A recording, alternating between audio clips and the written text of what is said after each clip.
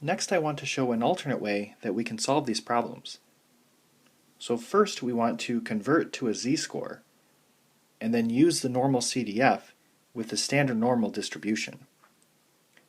So we are going to use the first formula, z is equal to x minus mu over sigma, to find probabilities for individual members of a normally distributed population.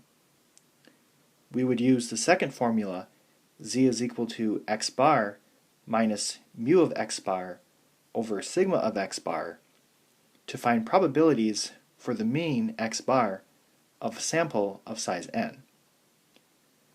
So question 10 is identical to question 9. So for part A, we are going to use the first formula. So z is equal to 96.25 minus 96 over 0.5, which is equal to 0.5. Our picture looks like this, and we type normal CDF, 0.5, and then infinity.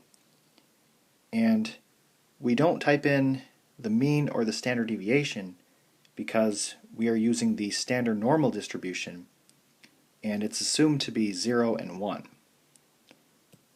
And this is equal to 0.3085.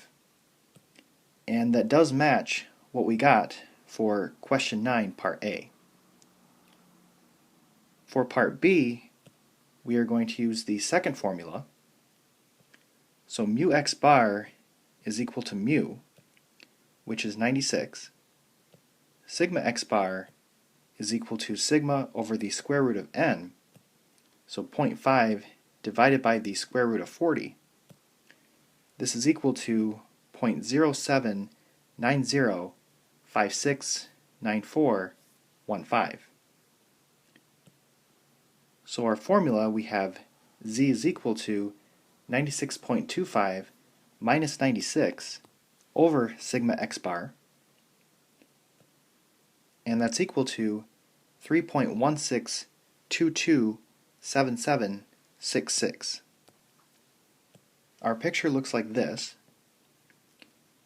and we are going to type normal CDF 3.16227766, comma infinity, and we get 7.827 e negative 4. So we have to move the decimal place 4 places to the left, and we get 0.0008, which does match number 9, part B. So you don't have to use this method, but it is an alternate way to solve these.